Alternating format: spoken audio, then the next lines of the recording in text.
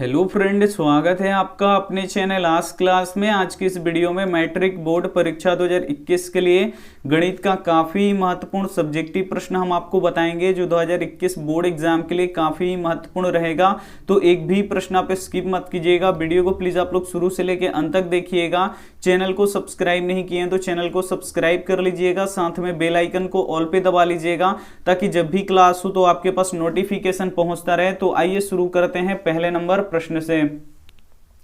पहला नंबर प्रश्न है कि निम्नलिखित संख्याओं को अभाज्य गुणनफल के रूप में व्यक्त कीजिए। यहाँ पे आपको क्या करना है कि 140 और 156 को आपको क्या करना है, अभाज्य गुणनफल के रूप में व्यक्त करना है। तो सबसे पहले आइए पहले नंबर को यहाँ पे 140 को अभाज्य गुणनफल के रूप में व्यक्त करते हैं। तो सबसे पहले लिखेंगे यहाँ पे हल, और यहाँ पे देखिए पहले वाले को बनाना है तो यहाँ पे 1 नंबर देते हैं, और पहला क्या है 140 है। तो इसको देखिए अभाज्य गुणनफल के रूप में कैसे व्यक्त किया जाता है। सबसे पहले इसको क्या करना पड़ेगा, इसका अभाज्य गुणनखंड करना पड़ेगा।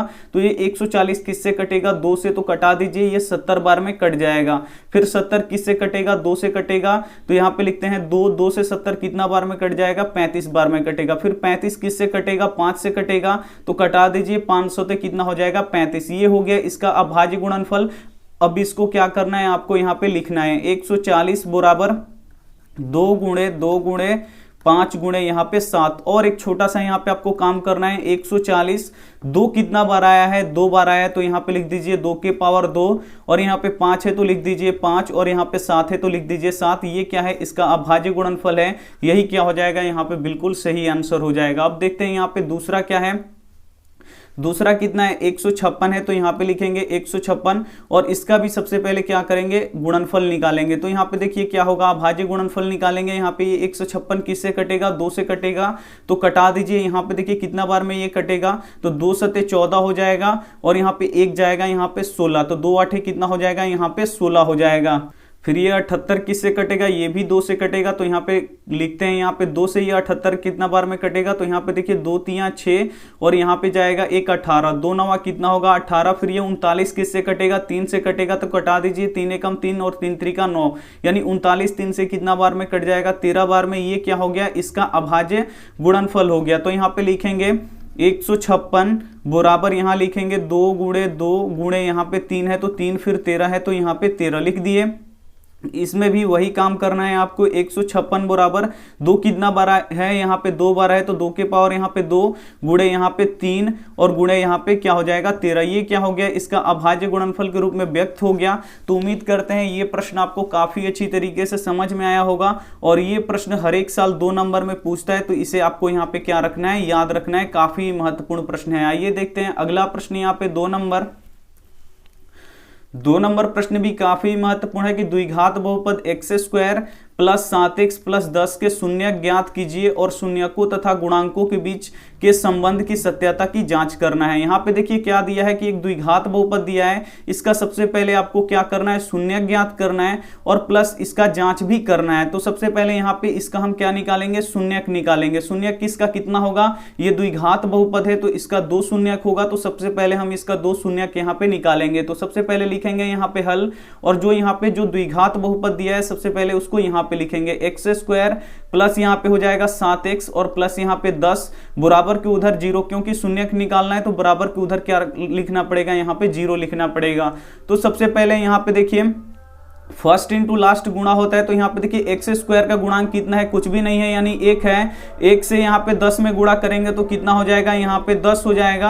अब यहाँ पे देखिए 10 का यहाँ पे अभाज्य गुणनखंड करना है, तो यहाँ पे देखिए 2 से कितना बार में कट जाएगा, ये 5 बार में कट जाएगा। अब हम 7 को कैसे लिख सकते हैं, तो यहाँ पे देखिए 5x और प्लस यहाँ पे 2x, इसके रूप में हम 7x को लिख सकते हैं।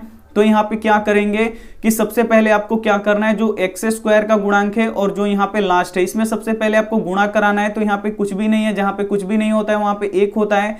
1 से आप 10 में गुणा कराइएगा तो 10 हो जाएगा। 10 का यहाँ पे अभाज्य गुणनखंड कीजिएगा, और उसको सजा के ऐसे लिखना है कि बीच वाला ये आ जाए। तो यहाँ पे देखिए 2 और 5 में ये टूटा, तो हम इसको कैसे लिखें कि यहाँ पे 7x आ जाए। तो यहाँ पे देखिए 5x और प्लस यहाँ पे क्या हो जाएगा 2x, 5x और 2x को जोड़ेंगे तो 7x आ जाएगा, तो बिल्कुल आ जाएगा। तो यहाँ पे लिखेंगे एक्स स्क्वायर और यहाँ पे ये वाला लिखेंगे 7x के बदले हम क्या लिखेंगे 5x और प्लस यहाँ पे क्या लिखेंगे 2x। तो यहाँ पे लिखते हैं प्लस 5x और प्लस यहाँ पे लिखेंगे 2x +10 है तो यहाँ पे लिखेंगे +10 बराबर के उधर 0 है तो 0। अब आपको क्या करना है कि इन दोनों में आपको क्या निकालना है, कॉमन निकालना है, यानी दोनों में जो उभयनिष्ठ है उसको आपको क्या करना है, बाहर निकालना है। तो यहाँ पे देखिए x² का मतलब क्या होता है कि x इसमें 2 बार है और इसमें भी x है, लेकिन इसमें अंक कुछ भी नहीं है, लेकिन इसमें अंक है, तो अंक तो कॉमन नहीं है, लेकिन x दोनों में है। तो यहाँ पे देखिए x 1 है तो 1x क्या है, यहाँ पे कॉमन है, तो इसमें से देखिए 2x है, 1x बाहर निकल गया तो कितना बचेगा, 1x,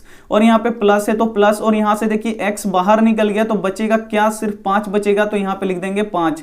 प्लस है तो प्लस, यहाँ पे देखिए x इसमें है लेकिन x इसमें नहीं है, यानी x यहाँ पे कॉमन नहीं है, लेकिन यहाँ पे 2 है और यहाँ पे 10 है। तो यहाँ पे देखिए 2 से 10 कटता है तो बिल्कुल कटता है, यानी 2 यहाँ पे कॉमन है। तो 2 जब हम कॉमन निकालेंगे तो 10 में से कितना बच जाएगा, यहाँ पे देखिए 10 का ये गुणनखंड है, तो जिसमें यहाँ पे देखिए 2 है और 5 भी है। तो यहाँ से अगर हम 2 कॉमन निकाल लेते हैं 10 में से तो बचेगा क्या, यहाँ पे 5 बचेगा। तो यहाँ पे हम 2 कॉमन लेंगे तो यहाँ से क्या हो जाएगा कि 2 तो बाहर निकल गया, यहाँ पे बचेगा x और यहाँ पे प्लस, और यहाँ पे देखिए यहाँ पे 10 में से अगर हम 2 कॉमन निकाल लेते हैं कितना बचेगा, यहाँ पे 5 बचेगा, तो यहाँ पे लिख देंगे 5 और बराबर इधर 0 है तो 0। फिर यहाँ पे गुणा करके देख लीजिए, x² में गुणा होगा तो यहाँ पे x में x से गुणा होगा तो x² और x में 5 से गुणा होगा तो यहाँ पे हो जाएगा 5x। फिर यहाँ पे देखिए 2 में x से गुणा होगा तो 2x और 2 में 5 से गुणा होगा तो 2 5 10। फिर ऊपर वाला आ जा रहा है, यानी बिल्कुल सही है। और यहाँ पे देखिए जो ब्रैकेट वाला है ये हमेशा बराबर आना चाहिए। तो यहाँ पे देखिए बराबर है x + 5 इसमें भी है और x + 5 इसमें भी है, तो दोनों के बदले हम 1 लेंगे, यहाँ पे x + 1 ले लेंगे 5, और एक इसको यहाँ पे जोड़ के बनाया जाता है। तो यहाँ पे है x और यहाँ पे है क्या, +2, तो यहाँ पे लेंगे +2 और बराबर के उधर 0 है तो यहाँ पे क्या कर देंगे 0। इन दोनों के लिए यहाँ पे देखिए ये भी 0 के बराबर है और ये भी क्या है, 0 के बराबर है, तो एक एक करके हम 0 के बराबर करेंगे। तो यहाँ पे लिखेंगे यदि, यहाँ पे लिखेंगे हम यदि x + 5 बराबर 0 करेंगे, यानी एक बार इसको 0 के बराबर करेंगे और एक बार इसको 0 के यहाँ पे बराबर करेंगे। तो यहाँ पे देखिए +5 है, बराबर के उधर जाएगा तो क्या हो जाएगा, ये -5 हो जाएगा, यानी x का मान कितना निकल गया, 5, यानी पहला शून्य कितना निकल गया यहाँ पे 5, और पहले शून्य को क्या कहा जाता है, अल्फा, यानी अल्फा का मान कितना निकल गया यहाँ पे -5 निकल गया। फिर यहाँ पे लिखेंगे दूसरा, हम यहाँ पे बराबर करेंगे x + 2 के यहाँ पे 0 के बराबर करेंगे, तो यहाँ पे लिखेंगे x + 2 बराबर यहाँ पे 0। यहाँ पे देखिए +2 है, बराबर के उधर जाएगा तो क्या हो जाएगा, यहाँ पे -2 हो जाएगा। और यहाँ पे देखिए ये दूसरा शून्य निकल गया, और दूसरे शून्य को क्या कहते हैं हम लोग, बीटा, यानी बीटा का मान यहाँ पे कितना निकल गया, -2 निकल गया। अब यहाँ पे आपको क्या करना है, जांच करना है। तो यहाँ पे हम लिखते हैं जांच कैसे किया जाता है, तो जांच का यहाँ पे 2 फॉर्मूला होता है। पहला होता है अल्फा प्लस यहाँ पे बीटा बराबर क्या होता है, -b/a होता है, और दूसरा क्या होता है, अल्फा गुणे यहाँ पे बीटा बराबर क्या होता है, c/a। तो यहाँ पे देखिए अल्फा का मान कितना है, यहाँ पे आप लोग देख सकते हैं, अल्फा का मान -5 है, तो यहाँ पे अल्फा का मान -5 रख दीजिए, प्लस है तो प्लस, बीटा का मान आप लोग देख सकते हैं -2 है तो यहाँ पे रख दीजिए -2 बराबर यहाँ पे देखिए b/a। अब यहाँ पे आपको b और a का मान रखना है। तो जो यहाँ पे देखिए x² में गुणा करता है वो a होता है, जो केवल x में गुणा करता है वो b होता है, और जिसमें x y कुछ भी नहीं होता है वो क्या होता है, यहाँ पे c होता है। यानी a का मान यहाँ पे x² में कुछ भी नहीं गुणा कर रहा है, जहाँ पे कुछ भी नहीं है वहां पे 1 होता है। b का मान कितना है आप लोग देख सकते हैं, x में क्या गुणा कर रहा है, 7, यानी b का मान यहाँ पे 7 है। और यहाँ पे देखिए c का मान क्या है, 10 है, तो यहाँ पे 10 है। तो अब यहाँ पे रख देंगे, यहाँ पे माइनस है तो माइनस, b का मान कितना है, यहाँ पे 7 है तो यहाँ पे लिख देंगे 7, और a का मान कितना है, 1 है तो यहाँ पे लिख देंगे 1। फिर यहाँ पे देखिए -5 और प्लस और माइनस में गुणा होगा तो माइनस, और यहाँ पे हो जाएगा 2, और उधर -7/1 का मतलब क्या हुआ, -7। यहाँ पे देखिए -5 और -2 कितना हो जाएगा, -7 बराबर कितना हो जाएगा, यहाँ पे -7। ये बराबर आना चाहिए दोनों बगल, तो दोनों बगल बराबर आ रहा है, यानी पहला जांच हमारा क्या हो गया, सही हो गया। अब यहाँ पे हम दूसरा जांच करेंगे, ये क्या होता है, अल्फा गुणे बीटा होता है, अल्फा गुणे बीटा बराबर क्या होता है, c/a होता है। अल्फा का मान यहाँ पे देख लीजिए -5 है तो -5, और बीटा का मान कितना है, -2 है तो यहाँ पे लिखेंगे -2, और यहाँ पे देखिए c/a, तो c का मान कितना है 10, तो यहाँ पे लिखेंगे 10, और a का मान कितना है 1 है तो यहाँ पे लिखेंगे 1। अब यहाँ पे देखिए गुणा करेंगे तो सबसे पहले चिन्ह में गुणा हो जाता है, तो माइनस गुणे माइनस क्या होता है, यहाँ पे प्लस होता है, ये आपको पता होना चाहिए। और 5 दूना कितना हो जाएगा, यहाँ पे 10 बराबर 10/1 का मतलब क्या हुआ, 10, यानी दोनों बराबर आ गया, इधर भी +10 और उधर भी क्या हो गया +10। यानी यहाँ पे दोनों जांच क्या हो गया, यहाँ पे सही हो गया। तो इसका हमने सबसे पहले शून्यक भी निकाल दिए। शून्यक कौन कौन होगा, तो -5 और -2, और इसका जांच भी कर दिए, जांच भी सही आया। तो अगर ऐसे आप बनाते हैं तो पूरे 5 के 5 नंबर आपको बिल्कुल मिल जाएंगे। तो उम्मीद करते हैं ये प्रश्न आपको काफी अच्छी तरीके से समझ में आया होगा। थोड़ा सा समय लगा है लेकिन काफी अच्छी तरीके से आपको समझ भी आया होगा। तो समझ में आ रहा है तो वीडियो को प्लीज आप लोग शुरू से लेकर अंत तक देखिए, काफी महत्वपूर्ण प्रश्न इसमें लिया गया है। और वीडियो को लाइक नहीं किए तो प्लीज आप लोग वीडियो को लाइक कर दीजिए। और इसका पीडीएफ आपको जैसे हम बनाए हैं ऐसे ही हम आपको स्टडी ग्रुप में हम डाल देंगे, जिसका यहाँ पे हम आपको लास्ट में नंबर देंगे स्टडी ग्रुप का। तो वहां से आप लोग जुड़ सकते हैं हमसे। आइए देखते हैं यहाँ पे अगला प्रश्न 3 नंबर। 3 नंबर भी प्रश्न काफी महत्वपूर्ण है, ये परीक्षाओं में पूछा जाता है। 2 अंकों वाली कितनी संख्याएं 3 से विभाज्य होगी। यहाँ पे आपको बताना है कि 2 अंकों वाली कितनी संख्याएं हैं जो 3 से विभाज्य होगी। तो 2 अंकों की संख्या कहां से स्टार्ट होती है, यहाँ पे हम रफ कर रहे हैं। तो 2 अंकों वाली संख्या यहाँ पे देखिए 10 से स्टार्ट होता है। 9 क्या होता है, ये 1 अंकों की संख्या होती है, लेकिन जैसे ही 10 आता है यहाँ पे 2 अंकों की यहाँ पे संख्या स्टार्ट होती है। और ये कहां तक चलता है, तो 99 तक चलता है। तो इसमें बोला जा रहा है आपसे कि 3 से कौन कौन सी संख्या यहाँ पे विभाज्य होगी 2 अंकों की संख्या। तो यहाँ पे सबसे पहले हम यहाँ पे सूची बनाएंगे। तो सबसे पहले यहाँ पे लिखेंगे हल, और यहाँ पे लिखेंगे 3 से विभाज्य होने वाली, यहाँ पे लिखेंगे 3 से विभाज्य होने वाली 2 अंकों की संख्या की सूची। यहां पे लिख देंगे सबसे पहले कि यहाँ पे लिख देंगे 3 से विभाज्य होने वाली 2 अंकों की संख्या की सूची। यहाँ पे सबसे पहले हम सूची बनाएंगे। तो यहाँ पे देखिए क्या है, यहाँ पे 10 कटेगा 3 से तो नहीं कटेगा, 11 कटेगा नहीं कटेगा, कौन सा संख्या कटेगा, 12 कटेगा, 12 के बाद 13 नहीं कटेगा, 14 नहीं कटेगा, 15 कटेगा, उसके बाद यहाँ पे देखिए 15 नहीं, उसके बाद 16 नहीं कटेगा, 17 नहीं कटेगा, 18 कटेगा। यानी आप लोग देख सकते हैं कि 3-3 अंक यहाँ पे छोड़ के कट रहा है। और फिर 18 के बाद कौन सा संख्या कटेगा, तो 21 कटेगा। यहाँ पे 3 अंक का गैप है। और फिर यहाँ पे लास्ट में जाएंगे हम लोग 99 3 से कटता है, तो बिल्कुल यहाँ पे 3 से कटता है। तो यहाँ पे आप लोग देख सकते हैं कि इन संख्याओं के बीच में कितना का अंतर है, 3 का अंतर है। तो ये एपी में है, तो यहाँ पे लिख देंगे एक, यहाँ पे ये एपी बन गया, एपी बन गया। और पूछ रहा है यहाँ पे कि इसमें से कितनी संख्या है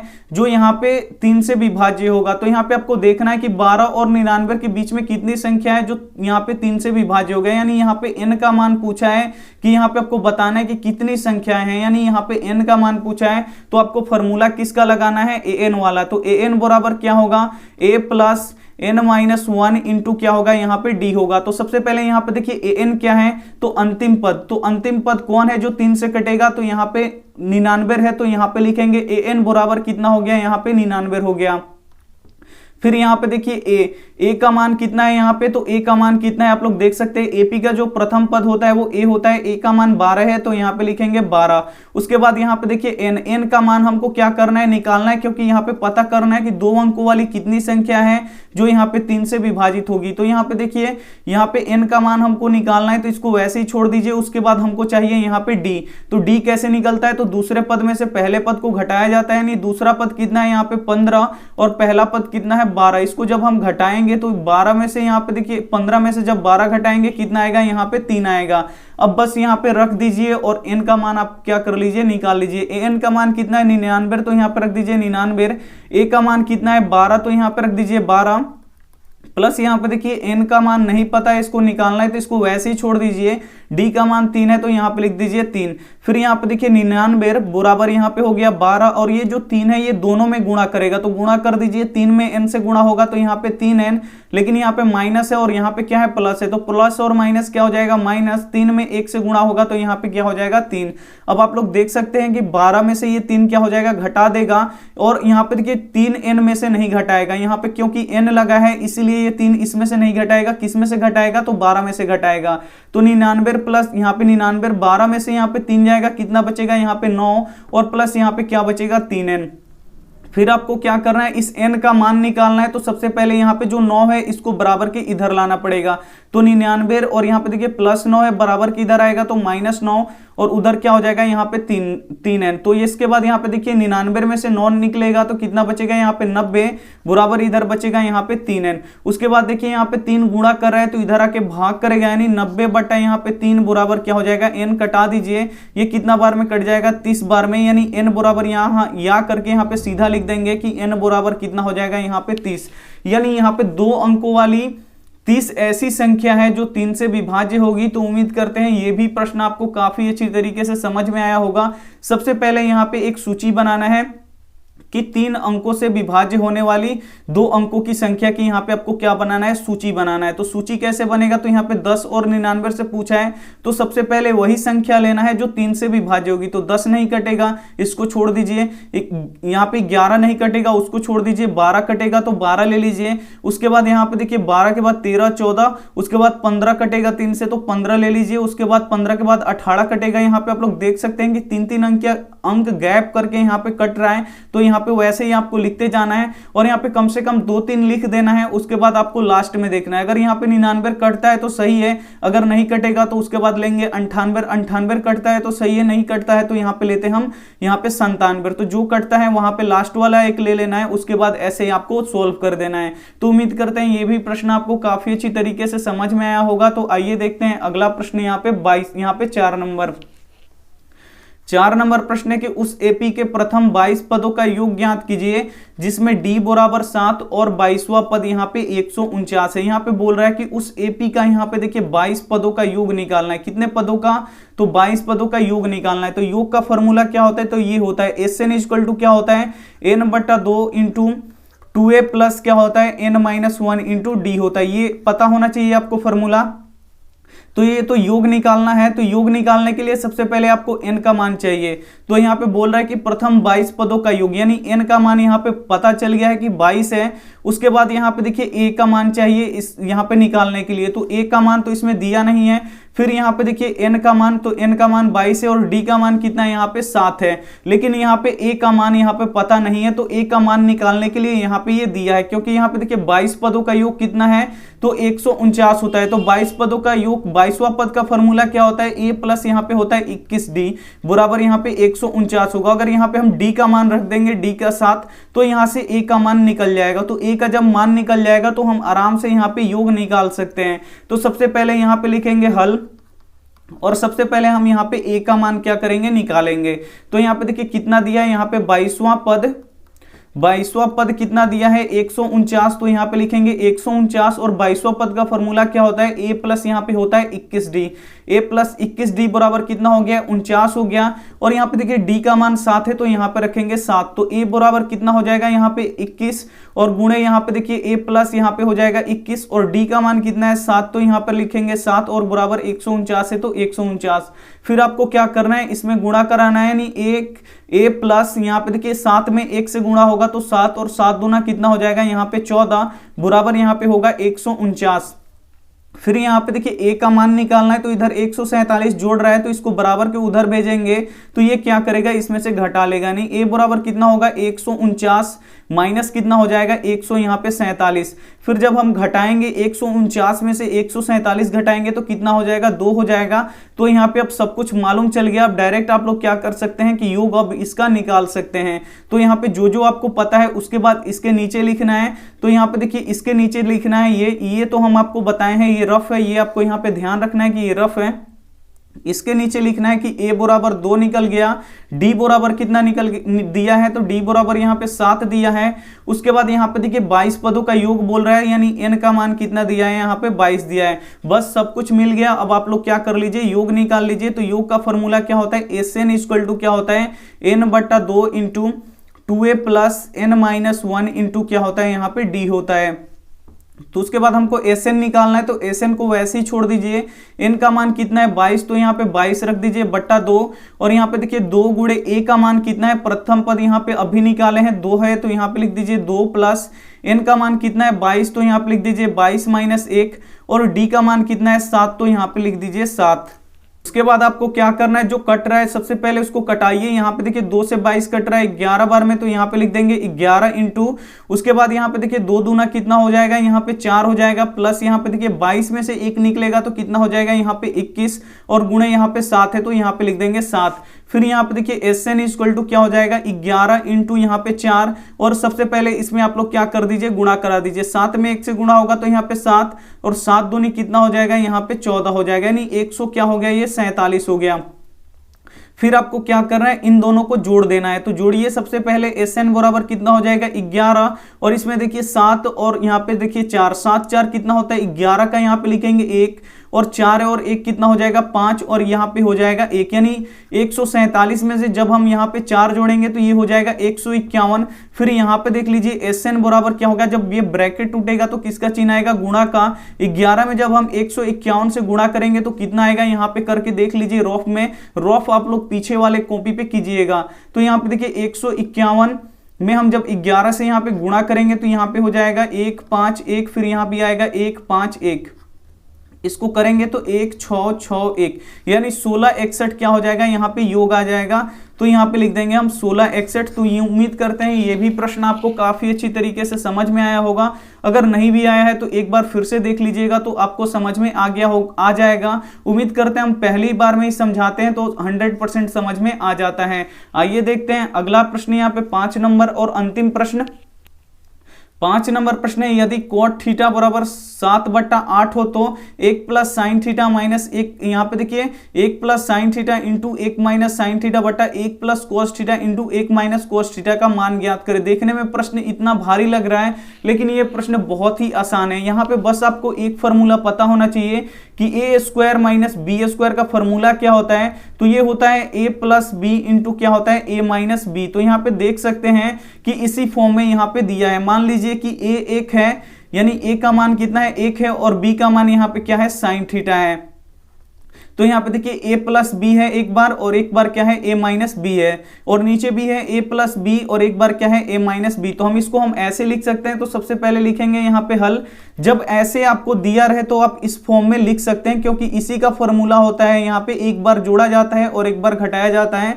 तो यहाँ भी एक बार जोड़ा गया है और एक बार घटाया गया है, नीचे भी एक बार जोड़ा गया है और एक बार घटाया गया है। तो सबसे पहले हल लिखेंगे, और ये जो प्रश्न है सबसे पहले यहाँ पे लिखते हैं हम लोग 1 प्लस यहाँ पे साइन थीटा इंटू 1 माइनस क्या है यहाँ पे साइन थीटा, तो लिख दिए। और बट्टा के नीचे भी क्या है, 1 प्लस यहाँ पे कोस थीटा, तो यहाँ पे लिखेंगे 1 plus cos theta into 1 minus यहाँ पे है कोस थीटा, तो यहाँ पे लिखेंगे 1 माइनस कोस थीटा।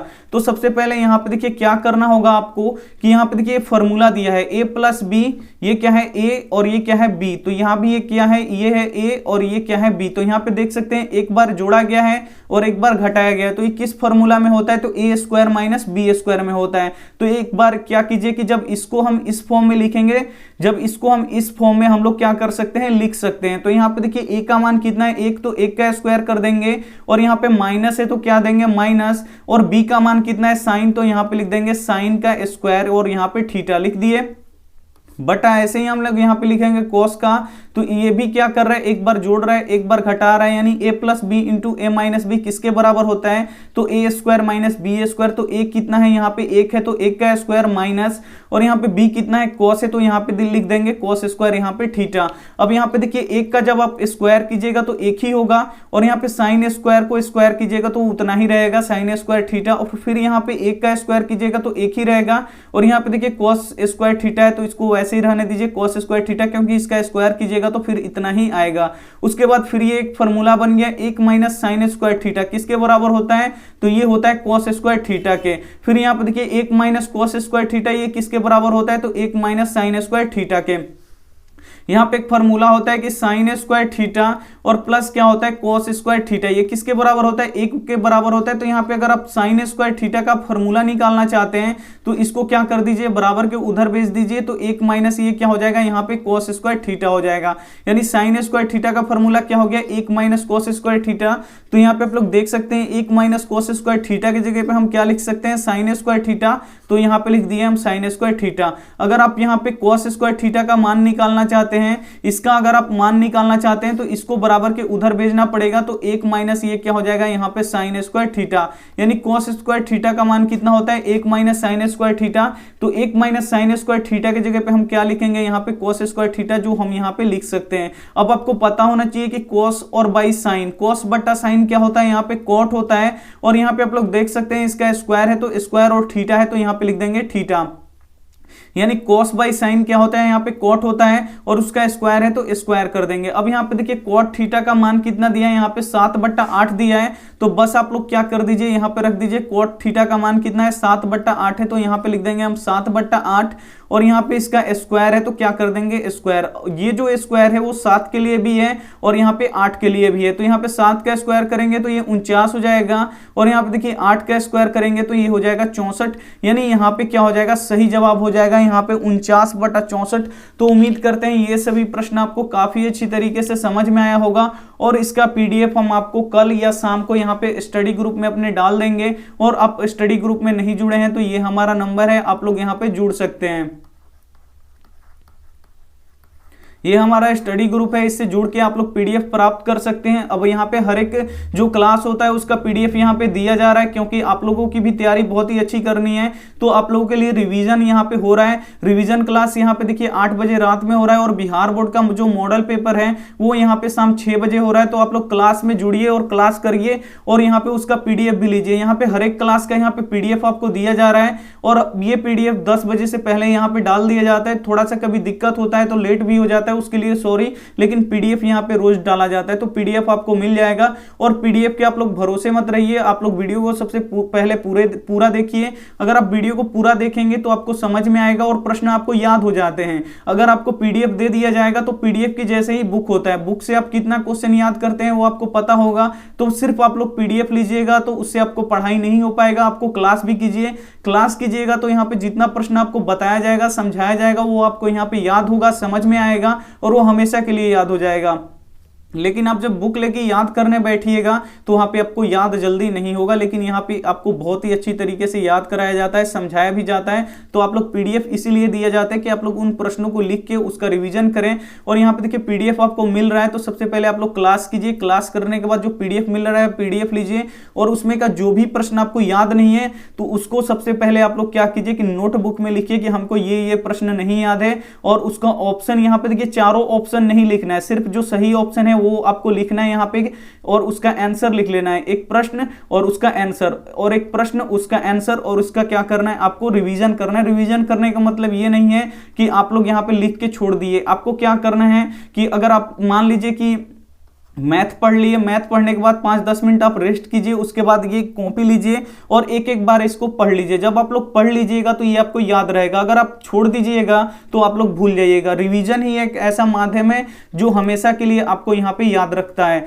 लेकिन बच्चों को यही नहीं समझ में आता है, वो रिवीजन नहीं कर पाते हैं। तो रिवीजन आप लोग कीजिए अब, क्योंकि अब रिवीजन ही आपको यहाँ पे मार्क्स दिलाएगा। तो रिवीजन पे आप लोग विशेष ध्यान रखिए। तो उम्मीद करते हैं ये वीडियो आपको काफी अच्छी लगी होगी। तो वीडियो को आप लोग लाइक कीजिए, अपने दोस्तों के पास इस वीडियो को शेयर कीजिए और पीडीएफ फ्री में प्राप्त कीजिए। और चैनल को सब्सक्राइब नहीं किए तो चैनल को सब्सक्राइब करके बेल आइकन को ऑल पे दबा लीजिए, ताकि जब भी क्लास हो तो आपके पास नोटिफिकेशन पहुंचता रहे। और यहाँ पे देखिए हिंदी का शाम में यहाँ पे मॉडल सेट होगा बिहार बोर्ड का, तो आप लोग जरूर आइए, लाइव जुड़िए और यहाँ पे अपना सवाल जवाब यहाँ पे जो होगा वो दीजिए। उसके बाद जितना आता है वो आप हमें कॉमेंट करके बताइए, फिर पीडीएफ लीजिए और उसका जो भी आंसर आपको पता नहीं है, जितने भी प्रश्न का लिखिए और आप लोग क्या कर लीजिए, सबसे पहले याद कीजिए उसको और उसके बाद उसको रिवीजन करिए। थैंक यू फॉर वॉचिंग, मिलते हैं अगले वीडियो में, तब तक अपना ध्यान रखिए, मन लगा के पढ़ाई कीजिए। Take care and bye.